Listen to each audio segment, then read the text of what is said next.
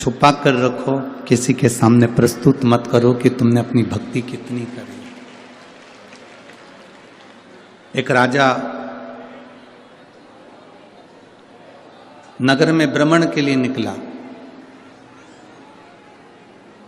और राजा जब घूमते घूमते भ्रमण के लिए निकला तो जंगल में पहुंचा तो जंगल में उसने क्या देखा कि एक कुटिया बनी हुई है, कोई संत उसमें बैठे होंगे, कोई अच्छा सा आश्रम दिख रहा है।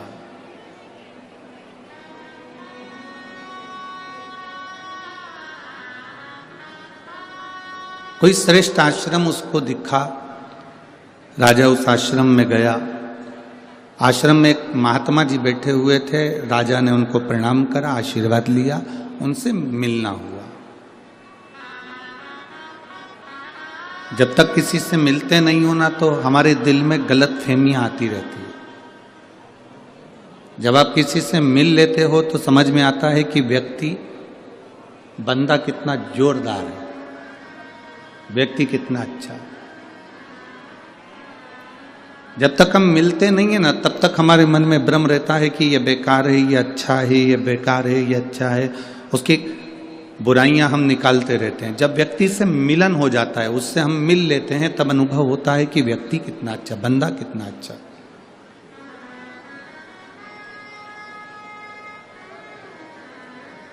गुरु नानक देव जी ने तो अपने शिष्यों से कहा, गुरु नानक देव जी ने बाले से भी कहा और अपने जितने शिष्य थे उनके चारों पांचों सबसे कहा। अपने दोनों पुत्रों से भी गुरु नानक देव जी ने कहा कि व्यक्ति से जब तक मिलो ना तब तक उसकी निंदा करो ना। आप पहले मिलो तो कि वो निंदा करने के लायक है कि अच्छा बोलने के लायक है। किसी ने तुम्हारे कानों में आकर कह दिया कि वो व्यक्ति बुरा है और तुम उसकी निंदा में लग गए। किसी ने तुम्हारे पास में आकर कह दिया कि वो व्यक्ति बेकार है और तुम उसकी निंदा में लग गए। ना ना, गुरु नानक देव जी कहते हैं कि निंदा ना करिए। गुरु नानक देव जी कहते हैं पहले, सबसे पहले उसको परखो कि वो ठीक है कि नहीं है।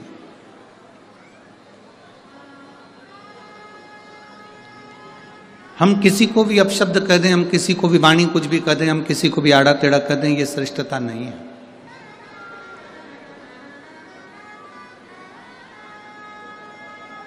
कहा, राजा ने एक आश्रम देखा, संत का आश्रम था, उसमें गए, बड़ा सुंदर था।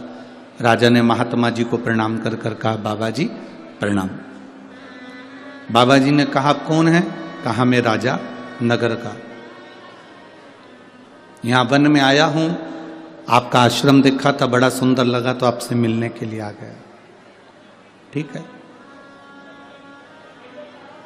अब आप आ गए हैं मिलने के लिए, आश्रम देखो, दर्शन करो, प्रसाद पाओ, फिर जाओ। राजा ने जब महात्मा जी के घर का भोजन करा, दाल एकदम पानी की तरह, रोटी एकदम मोटी मोटी, ना उसमें नमक था ना उसमें मसाला था। और राजा ने उस भोजन को ग्रहण किया तो महात्मा जी से कहा, महाराज जी इतने सारे महात्मा यहाँ रहते हैं, संत यहाँ रहते हैं और तुम भोजन ऐसा कराते हो, ऐसा भोजन करते हो, श्रेष्ठ नहीं है। अब मैं राजघराने से, राजकोष में से आपके लिए कुछ ना कुछ भेजूंगा, आप अच्छा बनाओ, अच्छा खिलाओ, अच्छे से रहो।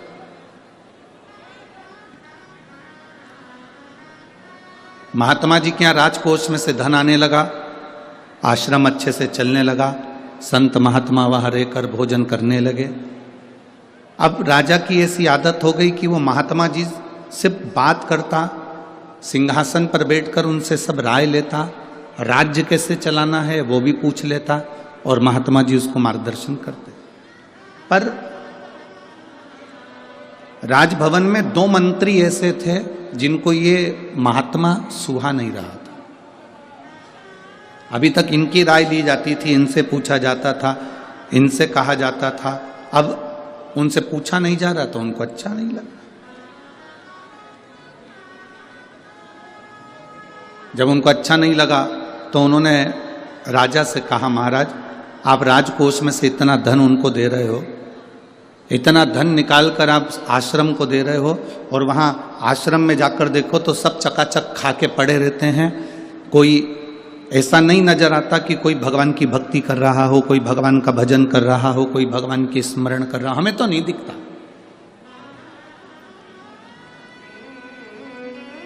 हमको ऐसा कोई नजर नहीं आ रहा। राजा के मन में धीरे धीरे धीरे धीरे दिया गया। जब थोड़ी थोड़ी निंदा किसी व्यक्ति की करी जाती है तो व्यक्ति के दिल में वो बात पक्की हो जाती कि हो सकता है व्यक्ति ऐसा ही हो। ना बहू बुरी होती है ना सास बुरी होती है। जो बेटी अपने माँ बाप का घर छोड़कर तुम्हारे घर में आ जाती है वो क्या बुरी हो सकती है? और जो सास अपने जेवर तोड़वा कर अपनी बहू को दे देती है, क्या वो सास बुरी हो सकती है? ना बहू बुरी है ना सास बुरी है। बस जिनको इनका प्रेम सुहा नहीं रहा, जिनको इनका स्नेह नहीं सुहा रहा,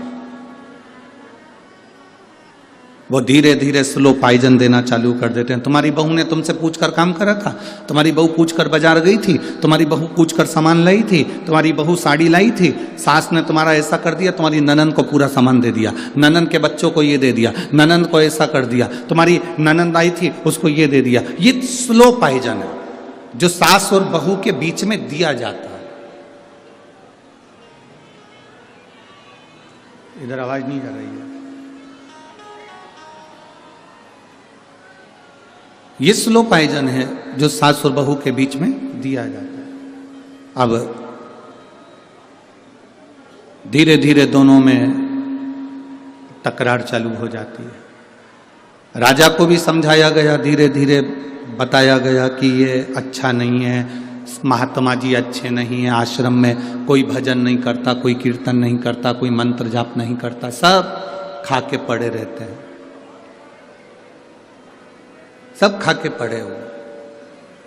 बड़ा राजा ने कहा हमारे राजकोष के धन का दुरुपयोग हो रहा है, हमारे राजकोष के धन का दुरुपयोग। राजा ने कहा आज ही रात को मैं जाकर पता करूंगा कि ये क्या हो रहा है। मैं आज रात को जाकर मालूम करूंगा कि आखिर हो क्या रहा है। राजा एक साधारण वस्त्र पहन लेता है और संत के आश्रम में पहुंच जाते हैं, महात्मा जी के आश्रम में पहुंच गए।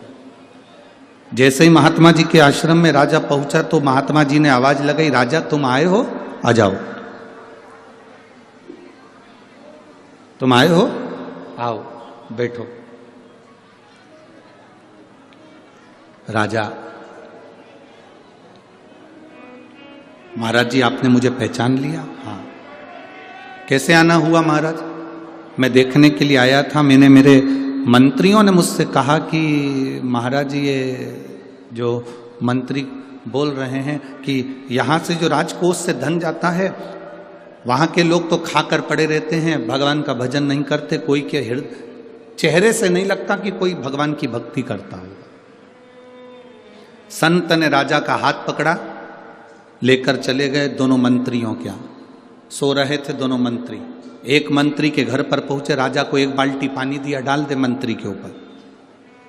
राजा ने बाल्टी भरकर पानी मंत्री के ऊपर डाला। मंत्री उठते से गालियां बकना प्रारंभ कर दिया। रिटर्न आ रहा है आवाज। मंत्री ने गाली बकना प्रारंभ कर दिया। राजा फिर दूसरी बाल्टी लेकर दूसरे मंत्री के यहां पर गए और फिर डाला तो उसने और गंदी गंदी गालियां देना प्रारंभ कर, और गंदी गाली दी। अब राजा को संत ने बाल्टी भरकर जल दिया। रिटर्न आ रहा है ना। बाल्टी भरकर पानी दिया और बाल्टी भरकर पानी देने के बाद में कहा कि अब ये जल अब यहाँ जो संत सोए हैं इनके ऊपर डालो। राजा ने एक बाल्टी पानी लेकर एक संत पर डाला। जैसे ही संत पर डाला, संत उठते से बोले शिव शिव शिव शिव शिव शिव शिव शिव। फिर दूसरी बाल्टी दूसरे संत पर डाला, उन्होंने कहा शंभु शंभु शंभु शंभु शंभु शंभु। तीसरे पर डाला हर हर महा। राजा गुरुजी के पास आकर बोला, गुरुदेव क्या बताना चाहते हो? गुरुजी ने कहा, देखो जिनके लिए कहा गया कि यहां तो सब ऐश और आराम की जिंदगी जी रहे हैं, अगर कोई संत कोई साधु तुम्हारे धन का सदुपयोग कर रहा है, भोजन कर रहा है, तो वो सो भी रहा है ना, तो उसके भीतर उसकी भक्ति शंकर के नाम का उच्चारण कर रही है। और जिसके अंदर आसक्ति और तृष्णा भरी है, उसको क्रोध, रात में सोते सोते भी क्रोध उसके अंदर भरा हुआ। भक्ति का दिखावा नहीं होना चाहिए। हम चंदन का तिलक लगाएंगे तो हम भक्त कहलाएंगे, ना ना ना बाबा, हमारे यहाँ शिव महापुराण की कथा कहती है ये भक्ति का दिखावा नहीं। हम माला पकड़कर बैठे रहेंगे 24 घंटे तो भक्त कहलाएंगे, ना ना ना, ये भक्ति नहीं है हमारा। लोग आपसे कहें कि मंदिर में जाने से पहले तुमको कपड़ा बदलना पड़ेगा, मंदिर में जाने के लिए तुम्हें इस कलर का कपड़ा पहनना पड़ेगा, तुम्हें भगवान को पाने के लिए सफ़ेद कपड़ा पहनना पड़ेगा, तुम्हें भगवान को पाने के लिए लाल कलर का कपड़ा पहनना पड़ेगा, तुम्हें भगवान को पाने के लिए ये वाले कलर का कपड़ा पहनना पड़ेगा। तो उसको समझा देना, मेरा महादेव कपड़े बदलने से कभी प्रसन्न नहीं होता, मेरा महादेव कलेजा बदलने से प्रसन्न हो जाता है। कपड़ा बदलने से कभी परमात्मा प्रसन्न नहीं हुआ। आप जिंदगी में कितने भी कपड़े चेंज कर लो, भगवान को तुम्हारे कपड़े से कोई मतलब नहीं है। उसने तो एक कपड़ा तुम्हें देकर भेज दिया, वो कपड़ा तुम्हारा इतना जोरदार है, वो तन तुम्हारा शरीर इतना जोरदार है। भगवान ने कहा जो कपड़ा मैंने तुझे पहना कर भेजा है, बस इस कपड़े को तू मेला मत होने देना, इस कपड़े को तू गंदा मत होने देना। ये जो मैंने तुझे कपड़ा दिया है ये साधारण कपड़ा नहीं है, इसको गंदा मत होने दो। तुम जिस कपड़े को पहने रहते हो वो कपड़ा गंदा हो जाता है, कोई गंदा करके चले जाता है तो तुम्हें गुस्सा आएगा कि नहीं आएगा? चलो जाने दो, तुम यहाँ बैठे हो, कोई चाय की ट्रे लेकर आया और तुम्हारे ऊपर ढोल दे, तुम्हें गुस्सा आएगा कि नहीं आएगा? बोलो बोलो, जम के बोलो जरा। कोई शरबत लेकर आया, यहाँ पर तुम्हारे ऊपर ढोल दे, तुम्हारे कपड़े गंदे कर दे, तुम्हें गुस्सा आएगा कि नहीं आएगा? तुम्हारा कपड़ा किसी ने गंदा करा तो तुम्हें क्रोध आ गया। और तुम्हारे घर में बैठकर कोई तुम्हारा समय गंदा कर कर जाता है, बैठकर दिन भर निंदा कर कर जाता है, अपशब्द कहकर जाता है, गालियां देकर जाता है, आड़ा टेढ़ा बोल कर जाता है, निंदा पर निंदा कर कर जाता है, तुम्हारे समय को बर्बाद कर कर जाता है, तो तुम्हें क्रोध क्यों नहीं आता? कपड़ा गंदा करा किसी ने तो तुम्हें क्रोध आ जाता है। तुम्हारा समय गंदा नहीं होना चाहिए। भगवान ने जो 21,600 श्वास मेरे परमात्मा ने प्रतिदिन तुमको निकलने के लिए दी है, ये 21,600 श्वास तुम्हारी व्यर्थ नहीं जाना चाहिए। 3.5 करोड़ रोम छिद्र परमात्मा ने जो दिए हैं ये भगवत भजन के लिए दिए हैं, ये गंदे नहीं होना चाहिए। 21,600 श्वास में से कुछ श्वास सोने में निकल गई, कुछ श्वास वैसे ही निकल गई, पर तुम्हारी श्वास गंदी मत होने देना। इन श्वासों को निंदा में, चुगली में, गाली में, अपशब्द में, क्रोध में जाने मत देना। इन श्वासों को संजोकर